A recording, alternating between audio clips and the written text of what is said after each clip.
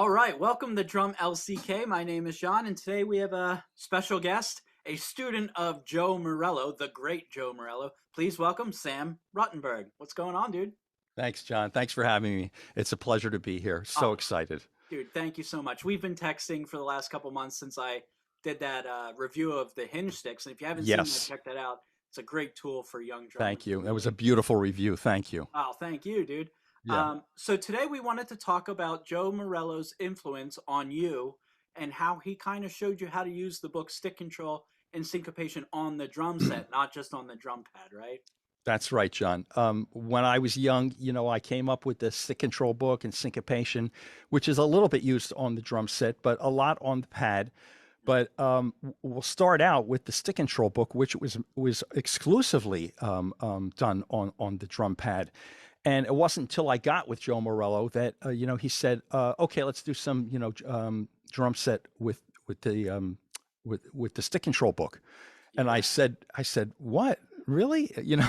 I didn't believe it because of course, like everyone else, I thought the stick control book was for the pad and developing hand technique, but nothing for the drums about getting around, about independence, Right. and coordination, and jazz for great comping and also for soloing. I was Yeah, going to go say, ahead. I talk to my students about these books all the time, and almost every kid, they learn the first page of Stick Control.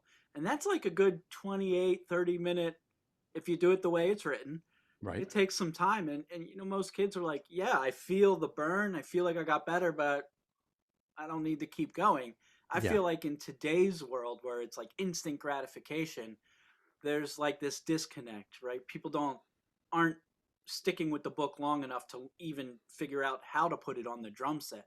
So I That's think right. teaching these young drummers from the start, we're going to do number one on the pad and the drum set. We're going to do number two Yes. on the pad and the drum set.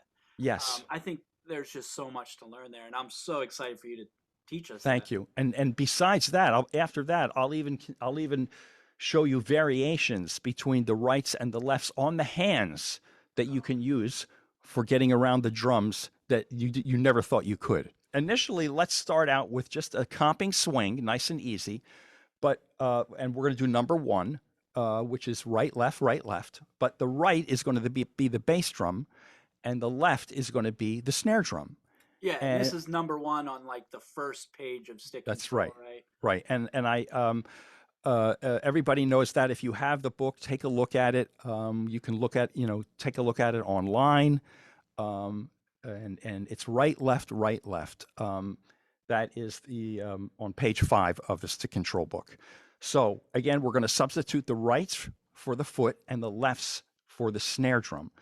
And instead of just playing them as straight eighths, we're going to play them as swung eighths because we're playing jazz. So it's going to sound like this.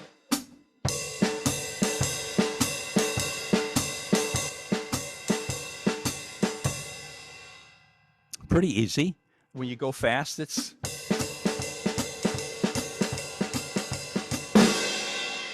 hmm. Yeah. But right now, yes, you really can use it for great comping. Right now, we're just going slow because I want to show you the mechanics of it. Um, then then we do it as eighth note triplets, eighth note triplets, eighth note triplets, but it's still the same pattern. So one and a two and a three and a four and a right, left, right, left, right, left, right, left, right, left, right, left. So that would be this.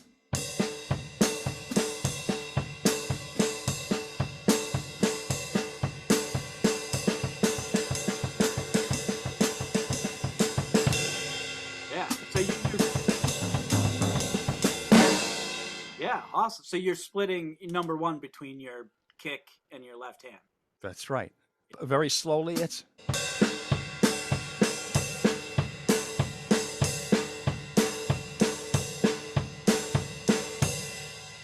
Very cool. Very and cool. the thank you. And the third way is quarter note triplets. Now, quarter note triplets, if you don't know, are every All other right. eighth note triplet because two eighth note triplets equal a quarter triplet. So instead of one and two and three and four and it's one and two and three and four and one and so on. again, it's the same pattern. So bass drum, snare drum, bass drum, snare drum, bass drum, snare drum. 1 and a, 2 and a, 3 and a, 4 and a, 1. So we have this. 1, a, 2 and a, 3 and a, 4 and a, 1. A, 2 and a, 3, a, 4 and a, 1. A, 2 and a, 3, a, 4 and a, 1. A, 2 and a, 3, a, 4 and a, 1. Like that. So Wow, yeah. It's yep. crazy to see that clearly the one with the least amount of notes is by far the most Oh, difficult. by far the hardest. When playing less is much harder. So if I do them both, the idea is to do it all together. So you're going again first with the eighth notes, straight eighth notes that are swung, then the eighth notes that are triplets, and then the quarter triplets, and 2 bars of each. That's the exercise, 2 bars of each. So we're going to go like this.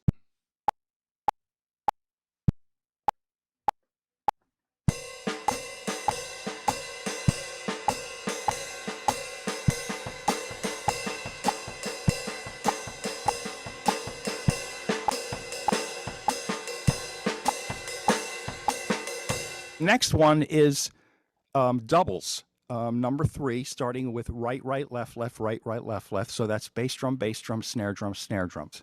So again, right's bass drum, left's snare drum. So if we're playing swung eighth notes, we have this.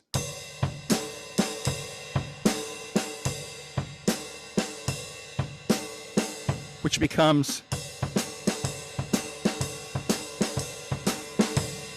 very cool sound. That by itself is popular in blues songs, jazz, that's right. everything. That's everywhere. Right, everywhere. The next one is the same pattern. I mean, this is where it gets confusing. It's the same pattern. It's just that I'm playing a different rhythm. I'm playing a triplet. We have 1 and 2 and 3 and 4 and right, right, left, left, right, right, left, left, right, right, left, left, right, right, left, left, right, right, left, left, right, right, left, left. So right, right, left, left, right, right, left, left, right, right, left, left. 1 and 2 and 3 and 4 and So it becomes 1 and 2 and 3 and 4 and 1 and 2 and 3 and 4 and 1. Very cool. Which becomes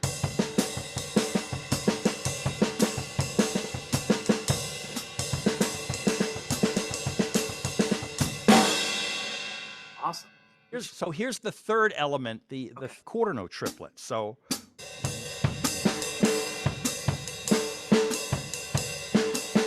if I put them all together, I have this.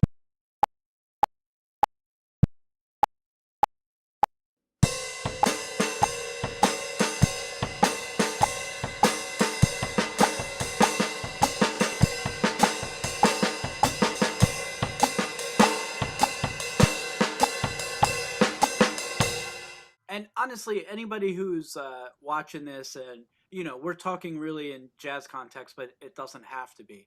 Whatever pattern you play on the ride cymbal doesn't need to be that jazz pattern. It could be any pattern you pick, really. It could be any funky, like da da da da da da da da, whatever you want. 1 and 2, and you could straighten it out.